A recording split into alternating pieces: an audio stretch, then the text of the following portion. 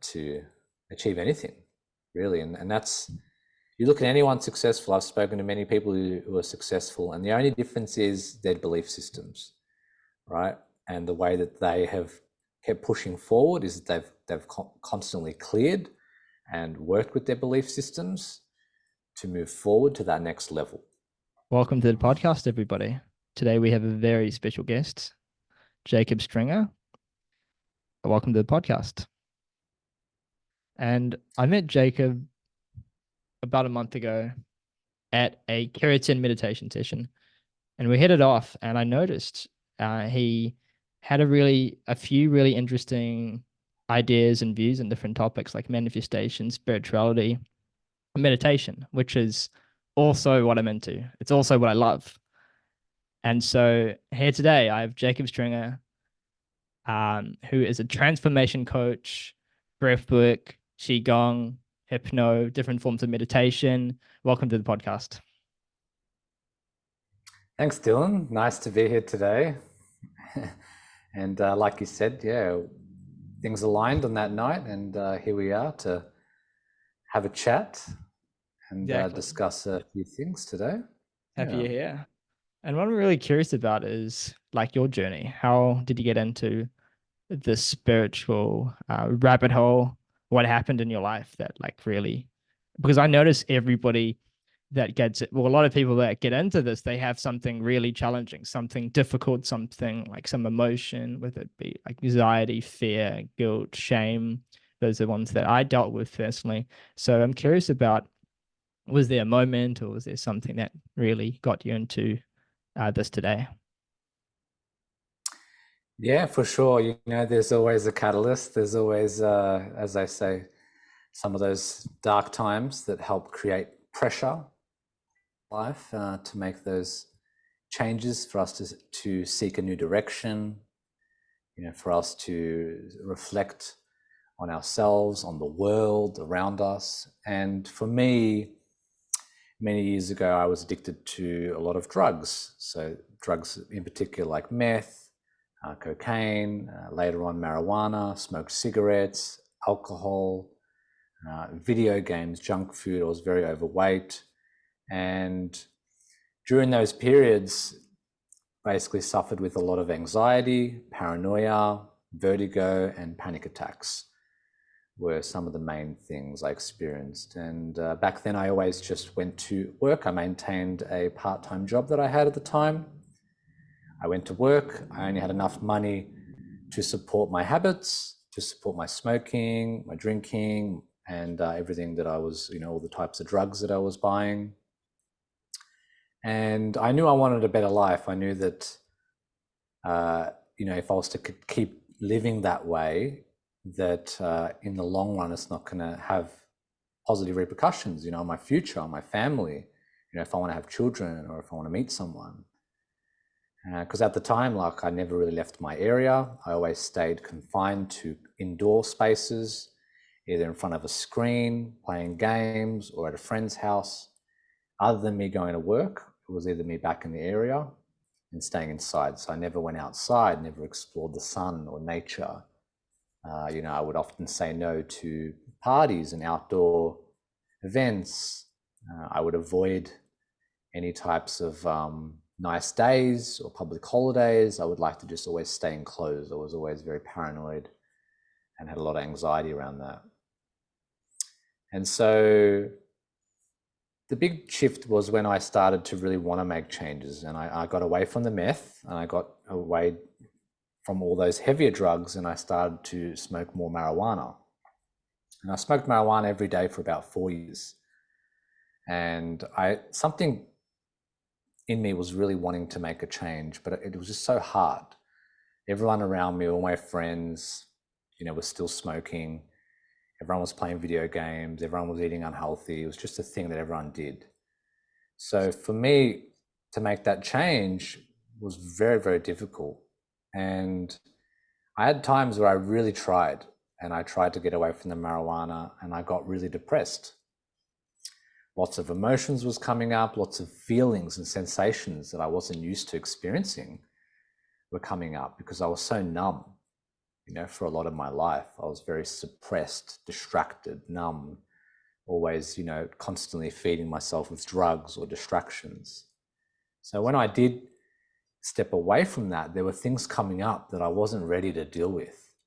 And I remember there was a pinnacle night for me when I had a few nights away from the marijuana and I was feeling very depressed. I called a friend and I wanted to get some support. I didn't know who to reach out to. I just called a friend and he wasn't available that night. So I went walking, dark at night, wasn't feeling the best, came back home, and my brother was in the garage and he was, smoking weed. He was still smoking at the time. So I went, had a puff with him. And then that led to my body just reacting from that puff all of a sudden. I don't know if it was because I had a break from the marijuana or if it was that type of weed. But I started to feel like I was having a heart attack at the time. And, I was panicking and, we ended up, I tried relaxing. I had a shower, nothing worked.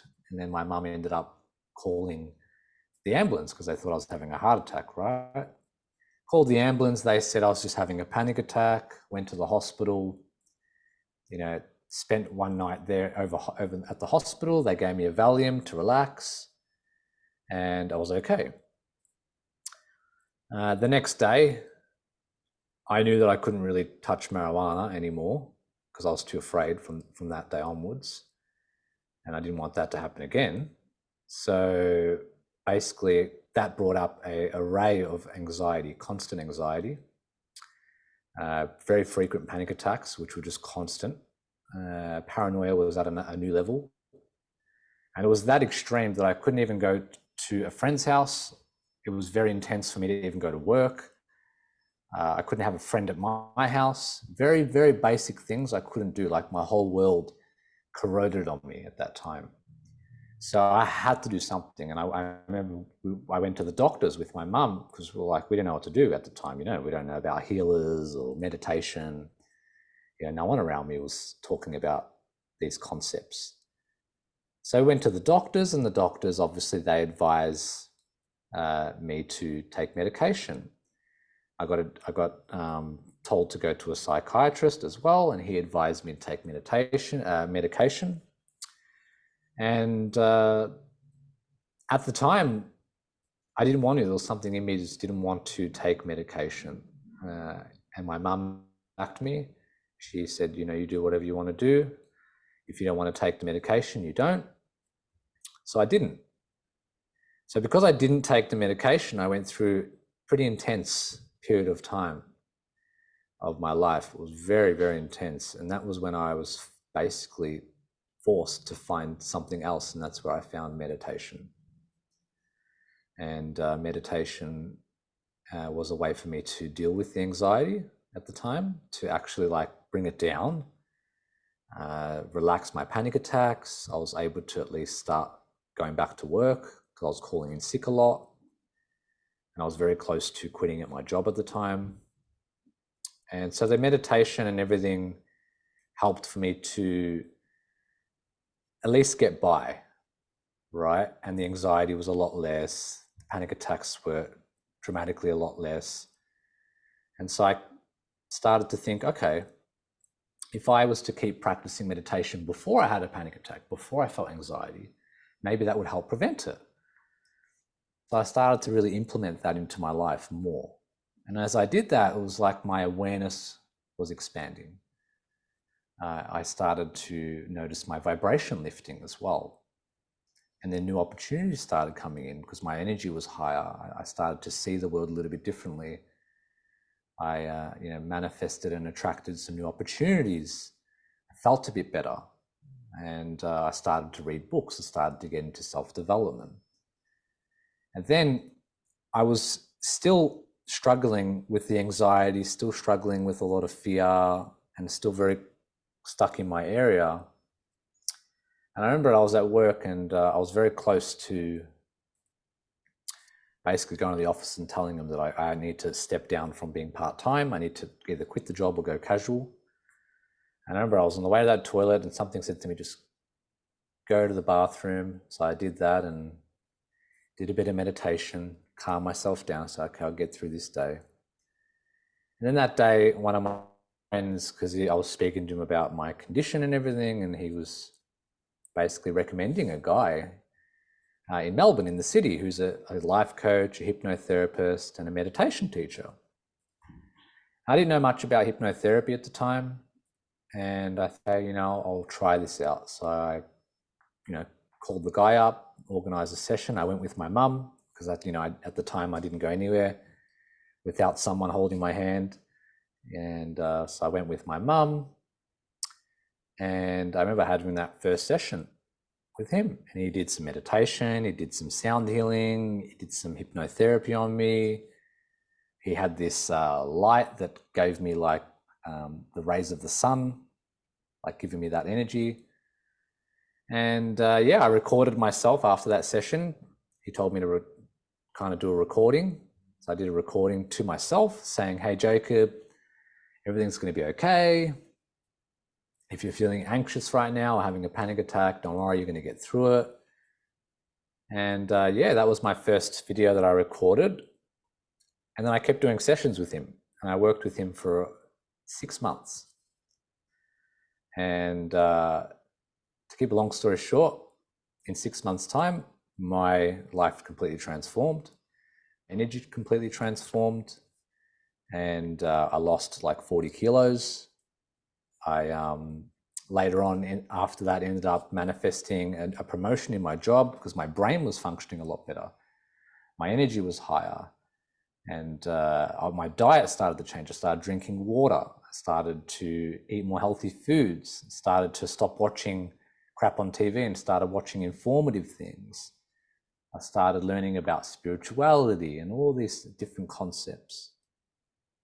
And I basically, when I worked with this guy for 6 months, we did a lot of subconscious work. We did a lot of meditation. He taught me a lot of things, and he really empowered me to move forward. And from then onwards, I dived into my own self-development and my own deeper spirituality. And that was like the catapult for my journey from there. And from then onwards, like I said, promotions came. I manifested like $200,000 in 1 year. I just felt amazing. So there was lots of transformation. My anxiety pretty much disappeared. My panic attacks went. The vertigo went. Paranoia went. And from then onwards, it was been more of a journey. But that was pretty much the big pinnacle time in my life. Yeah. Thank you for sharing that, Jacob. That sounds like both a challenging but very beautiful journey at the same time. So I love that. Something I want to touch on is that anxiety, panic attack area, because one thing I've learned is thinking about it or staying in the mind keep you stuck. It can be a very vicious cycle where anxiety or panic can breed more panic. You panic about, am I going to panic when I go out in the social interaction? If other people see me as anxious, that's very shameful. That means I'm not good enough as a person. I'm a loser. I'm a failure. And those are things I've dealt a lot with as well. And so one thing I've learned is the importance of transcending the mind. So instead of being in the mind, thinking, and really believing in what you are thinking, using meditation as a tool to get out of the mind. Now, you mentioned hypno. That's not something I have any experience with. So I'm really curious about how hypno facilitates that and if there were any other sort of emotional release practices you had to do. And I'm just really keen to dive into this topic. Yeah, for sure. For sure. Early on in that stage, I was at a certain level of consciousness. So what I required was, to be out of the fight or flight mode and go more into that parasympathetic nervous system, which is the rest and digest. And, I realized I was operating a lot from that stress response, from that fight or flight.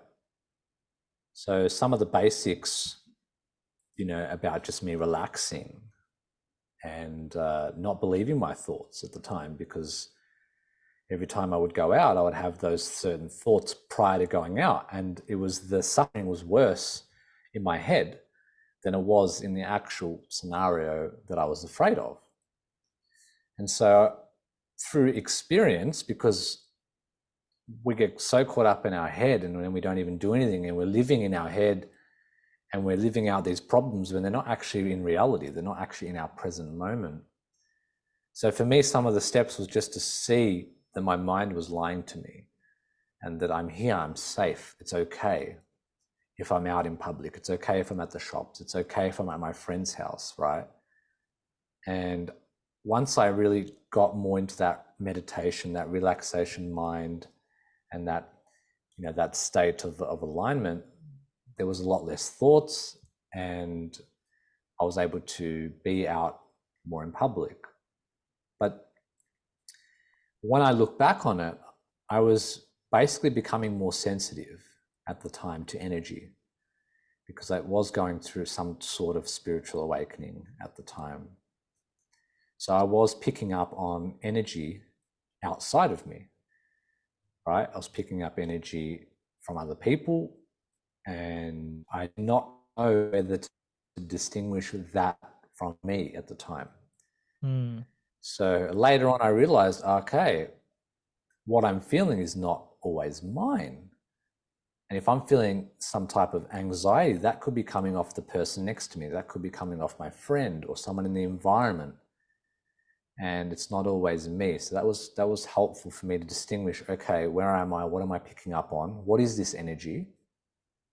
And that created a separation between me identifying with that suffering and that energy, and created a bit of space for me to observe and go, okay, there is an energy that I'm experiencing. There is anxiety that I am experiencing. Anxiety is not who I am. That panic is not who I am. So by creating that space through meditation and through these practices, it allowed me to disidentify from my experience.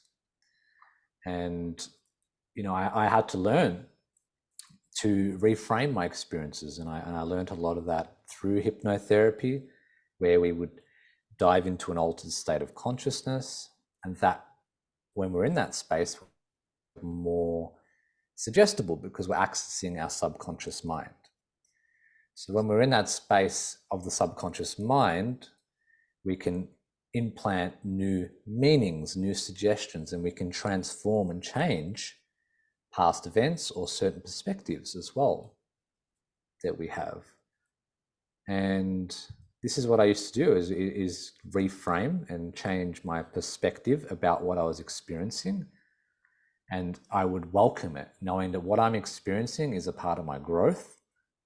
It's a part of my transformation and my journey, and that what I'm experiencing is there to teach me a lesson and trying to help me. But this awareness took time for me to grow in this perspective, because I was just, oh my God, why me? Why am I experiencing this? Why can't I just live a normal life?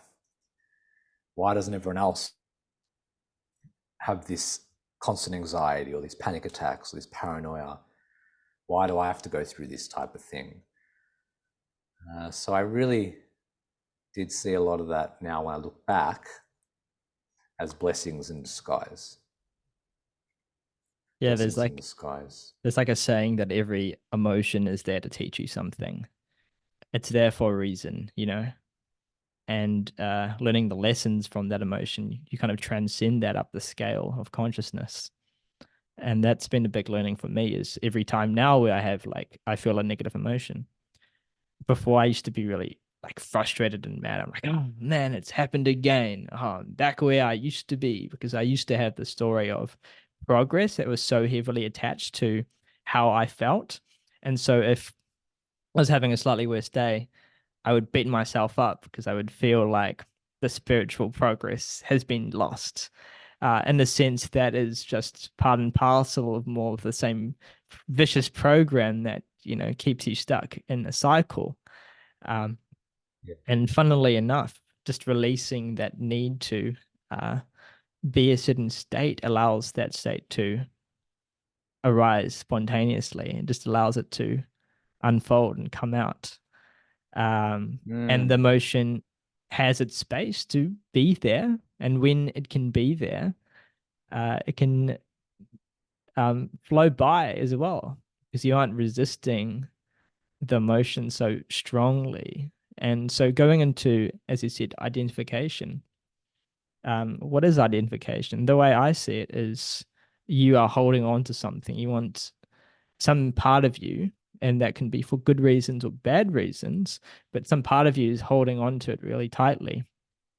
mm, And so letting go of the thing, and no matter how scary it may seem, is what allows you to uh, release that attachment, which then releases the or allows the emotions surrounding that attachment to be released as well. yeah. Yeah. This is, the metaphor that comes to me is like, if you're carrying a lot of weight, right? And say you went shopping and you're carrying all the shopping bags. And if you were to keep carrying that with you, right, it's very heavy. But as soon as you put that weight down and you observe it, you stand back from it. It's no longer, it's still heavy, right? But it's no longer heavy on your hands. You're no longer carrying it, right? So this is what a lot of us are doing. We're carrying it around like it's with us. Where if we can just drop it and it's still there, we can observe and go, okay, that is heavy, but I'm not carrying it now. So then there's a lot less of an intensity behind that. Whether Mm, if we're trying to carry that around with us, we put it down and we go, okay, it's heavy, but now I can look at it and see it more clearly mm. when we drop it. Because while we're carrying it, it's like, oh, this is heavy, this is bad, this is negative. And if let's separate it from us for a moment. Yeah, Let's definitely. put it down. Yeah. And when you can separate it, like the more you can separate it and the more you can release that identification, you kind of see that there was no you that was making that occur or happen. It was just happening, it was just arising. And that you aren't at fault for carrying around that burden. The burden was just there as it unfolded through your life. And then releasing that, you see um, even the good things are just there. They're just arising. Because once again, not only with negative emotions, but like with positive emotions too, you can get really attached to wanting to feel good, wanting to have a certain level of success. And that all prevents or resists you from experiencing that fully, if that makes sense. Yeah. Yeah, I understand where you're coming from. It's an interesting topic because we resist the positive emotions just as much as we resist certain negative emotions, which I've seen take play. And from what I realized through my journey is that, I never really experienced true positive emotions, right? It was always a certain temporary stimuli, whether that be from a drug or from a certain food or some experience. And I realized that there were levels above in different paradigms that I never experienced in my life before. And I thought conceptually I had like this idea of what that feeling is like, right? But I never actually experienced it firsthand. And what I uncovered was that these emotions, right, like you said, are coming and going. But then there's a part of our true nature that isn't coming and going, right? As they say, the awareness or the spirit or the soul.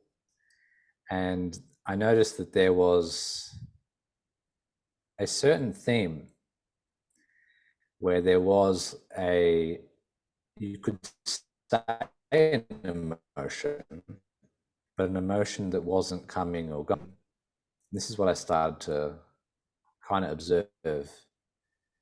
And it's interesting because we are a human, right? We're in a physical body, and there's only so much of that true nature that we can experience in the physical body until we basically ascend, right? So this is where I started to really learn about levels of consciousness, levels of vibration, and understanding that, everything in this world is made up of vibration, and even though there is physical objects and we can't pierce through our hand, that if you zoom down a million times, you will see that there is empty space, and it's just all of it is basically vibration. The 99.999% is just empty space of everything we experience. And so that's, it's amazing because everything's energy, right? Everything is energy. And when we vibrate at a higher frequency, we step into a new reality. The world around us literally morphs. And when we're at that low frequency, say we're in that state where we're having a bad day, right? And we're feeling sadness or feeling some type of anger, then we're temporarily in some illusionary world in that moment. We're in an illusion at that frequency. And that while we're in that frequency, we're going to project and perceive the world based on our levels of vibration. And this used to baffle me at work because I would see this changing in my day dramatically. And that was only why it came into my awareness. It's always happening in a fluctuation with people. Our vibration goes up and maybe goes down, but we have these, they call them vibrational set points where we may resonate at mostly.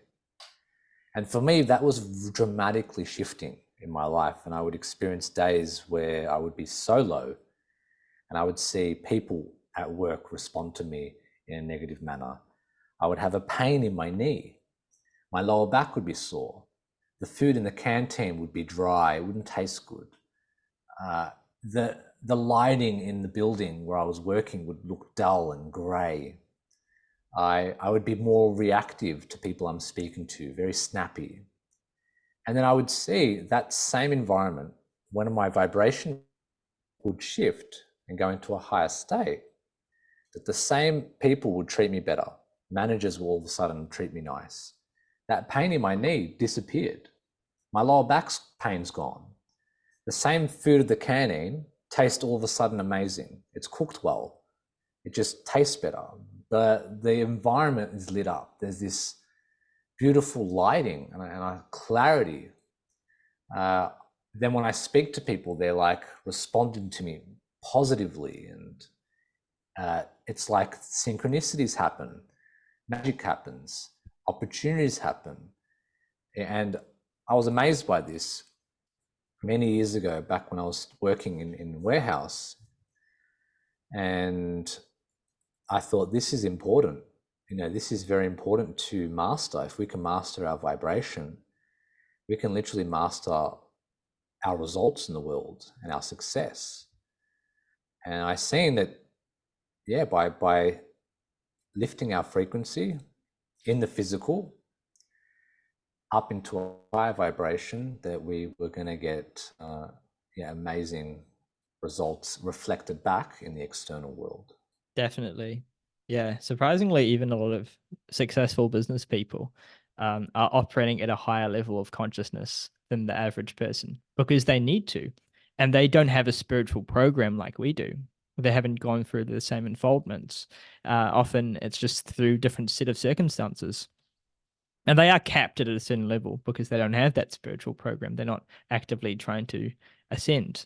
But interestingly, a lot of it results in them, for example, starting a business, you have to be very courageous. You have to accept failure again and again and again. You have to be very accepting of yourself because you have to look at all those things that you were afraid of looking at. So you have to be radically honest. You have to be accountable. And so, interestingly, even through a different medium, they are, in a sense, achieving the same kind of thing, which I just find fascinating how there are so many different paths, and they're filtered through these different experiences, different perspectives, like a fractal almost branching out. And we think they're different. We think the growth is different, and there are differences and nuances to it. But in the sense that there is a similarity, which is this expansion of the self, whether through positive or negative emotions over a long time frame, that's sort of resulting in an expansion of consciousness, if you want to call it that, which I think is just so fascinating to think about. Yeah. Mm. Have you heard of the Yeah, whole very. go sorry? No, I was just saying, yeah, it's very, very fascinating. And back when I was at work, that's why I was fascinated so much, as I seen when my energy was higher, everything around me just was so much more easier. And like I became more productive at work. I went from working 2 days a week to working full time hours. Plus, I had the energy to do like 4 a.m. starts. Plus, I had the energy to do overtime hours. And because I became so good at my job because of this new energy I was in, and I was just like by operating at an optimal performance, it was just a matter of time before I got opportunities by new managers. And obviously, I was able to conversate with managers too, which not a lot of people could. So I had that confidence to speak to them and to, not put them on a pedestal. And, that just led to, I had so many things. Like I had the canteen at the time, they were giving me free food. I had basically like free lunches and breakfasts as much as I wanted because they just liked my energy.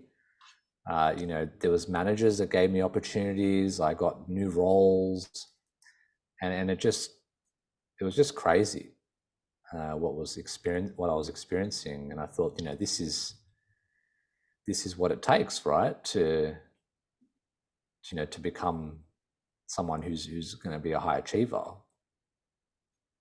So it's definitely crucial if you're wanting to start your own business, if you're wanting to make more money, you're wanting to attract a relationship, especially of course if you want to improve your health. When you're in that higher vibration, you no longer like resonate with negative things.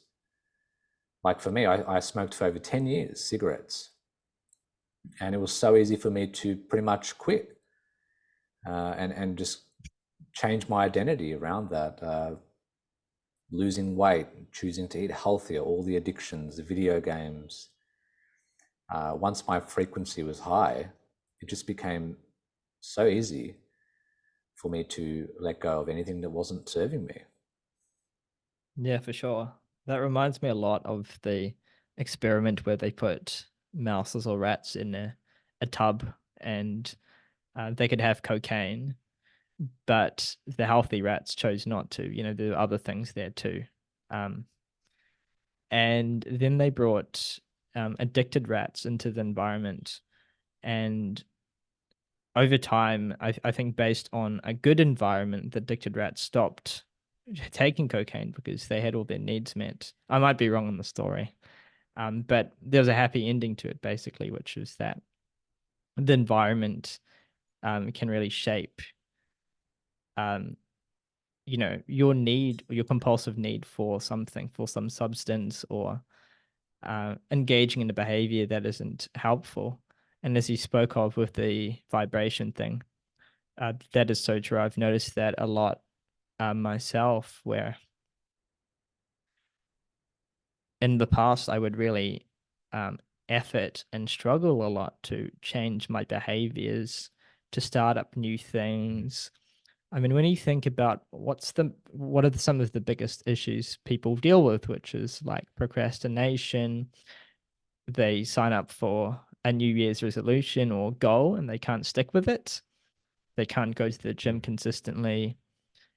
And so when you can raise your vibration, those things aren't so difficult. There isn't all that effort that's involved. It's almost happening easily, effortlessly. automatically. It's just unfolding. And that Yes. was a real shift for me, is like taking your foot off the gas pedal and realizing that you can put things on cruise control and the car starts to drive itself. Now there is some effort that needs to take place initially to get to that cruise control level, or at least it feels like that. Um, because there's a sort of different chain of emotions that help um, will scale up to higher emotions, the higher vibrations. But sort of realizing the resistance to the task impairs that performance, impairs that vibration from coming out in your best self, has been really key for me. In particular, when starting a new task, when you become a bit more aware, you might notice that there is some resistance or fear to the task. So you feel like, okay, I have to write this essay, for example. And just thinking about it, you might notice some agitation come up, some annoyance, oh, I'm not good enough. I can't do this. Oh, it's going to take a long time. It's going to be stressful. And so before you've even started the task, you already have a wall that you are looking at that is in your face that you can't even see, but it's pushing the task away. It's making it difficult to even begin. And then when you begin, negative emotions arise, agitation, maybe some guilt. Oh, I didn't do it in time. It didn't work out properly. Oh, I made a mistake. So perfectionism. And Mm. these are all subconscious patterns that are running that's preventing you from being your best self, showing up and working well.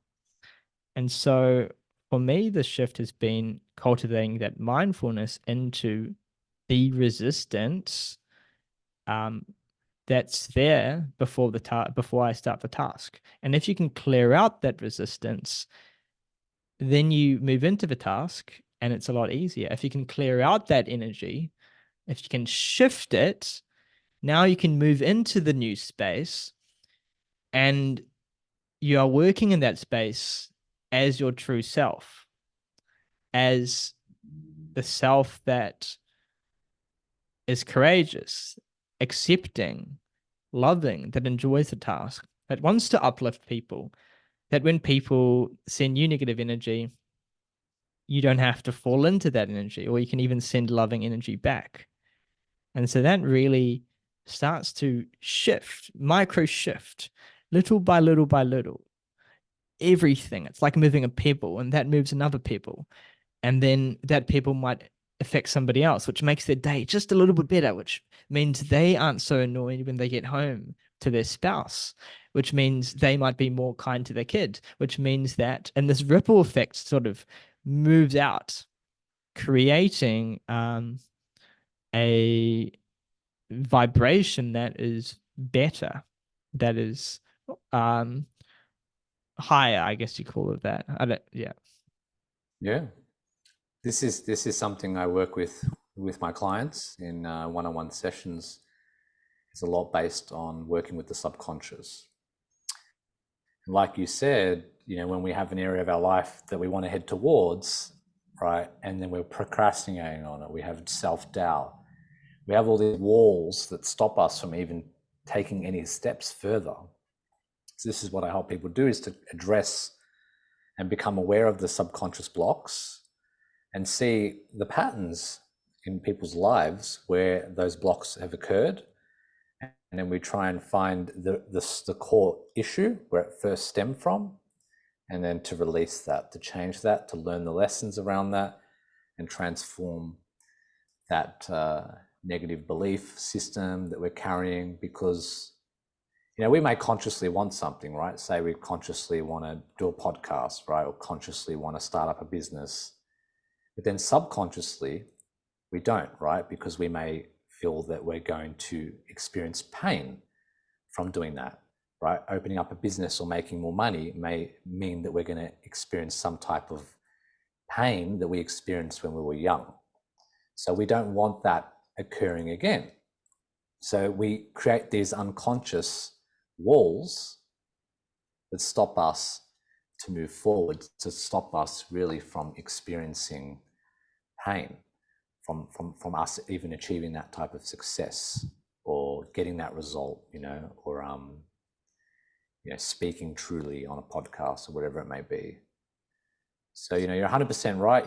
If you're wanting to move towards something, then that subconscious needs to be addressed, because that's 90% of what controls our thoughts, our feelings, and our behaviors. And if we have a conscious choice to do something, but then 90% of us is pulling us back, that's a lot of resistance. It's like carrying a backpack with you on a journey that's trying to pull you back.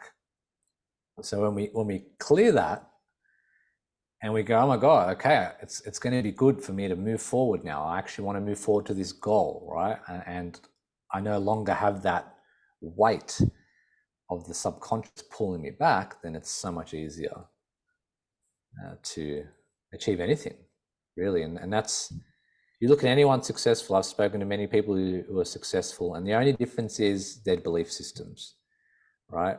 And the way that they have kept pushing forward is that they've constantly cleared and worked with their belief systems to move forward to that next level of whatever their growth is at that time. Definitely. I totally agree. So I've got one last talking point before we wrap up. I thought we'd talk about intuition and your inner voice. Something I've been thinking about recently as I've become more intuitive. Now, I've noticed this inner guiding voice, which might suggest things, which might it might suggest things. And often when I followed this inner voice, it's like the universe has started to synchronize, and I've started to notice different signs. Things happen better than if I was just caught up in the mind. And that intuition only really started to come out as I cleared away all my thinking, and got out of thought, which trapped me in that ego sort of mind.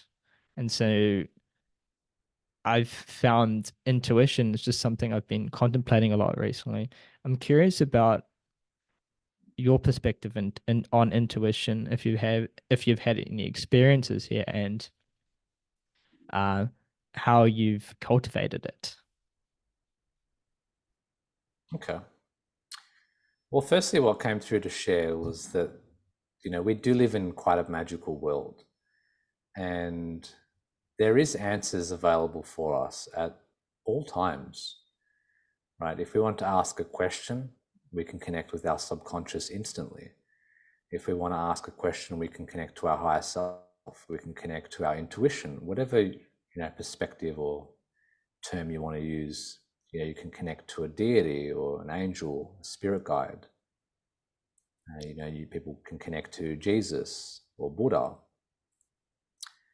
But, when we actually have that belief that we can do it and it's available for us and we can receive that, we can get the information very, very fast just by having that belief that we can. And there's a trust, there's like a faith there that it's going to happen. And obviously, to cultivate that, it's going to take time, right? To cultivate that trust, to cultivate that connection to your intuition is going to require you to trust your intuition, right? The more that you listen to your intuition, the more you connect with that, the more you take action on your intuition, the more that you're going to receive, the more information.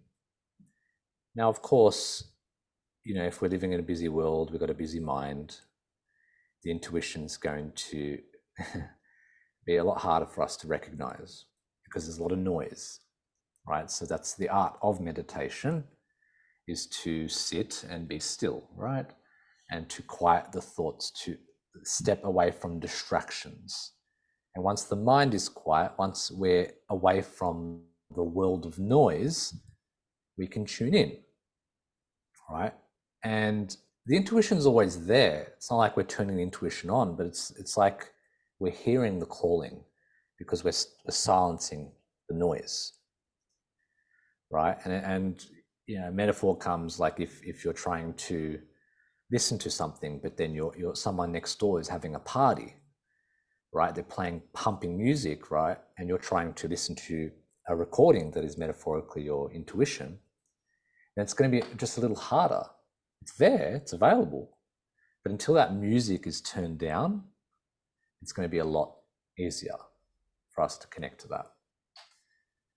And so, you know, once we have a bit more of a quieter mind, quieter in distractions around us, we can check in with that intuition and listen to that. Of course,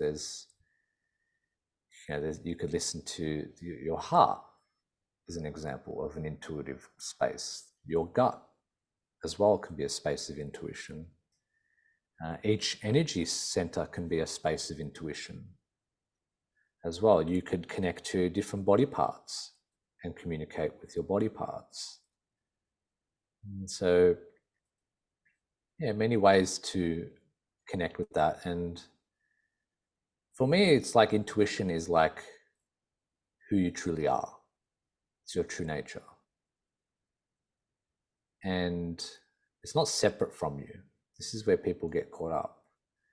Initially, because we're human, we have an ego, we do feel like when we are connecting to our higher self or when we're connecting to our intuition, it's separate. We're asking for guidance. But that intuition is us. It's a higher part of us that knows everything right for us. Right? And it's about checking in with that. And that's what intuition is, checking in with our true nature, checking in with our spirit, disconnecting from the ego, because the ego, not a bad thing, but the ego has certain needs that needs to be met, right? And the ego will try and come over the intuition, say, no, we need this, we need that, this choice we need to do, this is the direction we need to take. But the intuition's like a bit different. It's going to be a bit softer. It's going to be a bit more nicer in its approach. And when it speaks to you, it's going to be speaking to you from a higher vibration. And so being in a higher vibration in itself, when we go back to that, is going to help you connect to your intuition naturally, because you're going back to more of yourself. When you're more connected to the ego, when you're more connected to that lower vibration, you're in a lower vibration. So you're going to be more connected to lower vibrational thoughts. You're going to be more connected to your animalistic nature as well, which is going to, want things that are based on a tribal dynamic, right? It's going to be a little disconnected from that true essence that's there and overarching. So yeah. I love that. I love how you explained that. It was very beautiful, especially the analogy of turning the volume knob down to clear your mind. I thought that was really cool. And what I've really enjoyed about the conversation today is how clear and succinct you are explaining some of these concepts that can be confusing for people. And the way you've explained it today has just been really beautiful. So I'm really grateful for you being on the podcast today. Yeah, thank you, brother. It's been a pleasure, Dylan. And, it's always great chatting to someone who can understand you. And, obviously, I'm only able to speak at the person's capacity for them to listen as well. So you're obviously at a certain space where I can share that type of knowledge. I can't share this with everyone. Let's just say that. Right. Thank you. Yeah. And podcast over.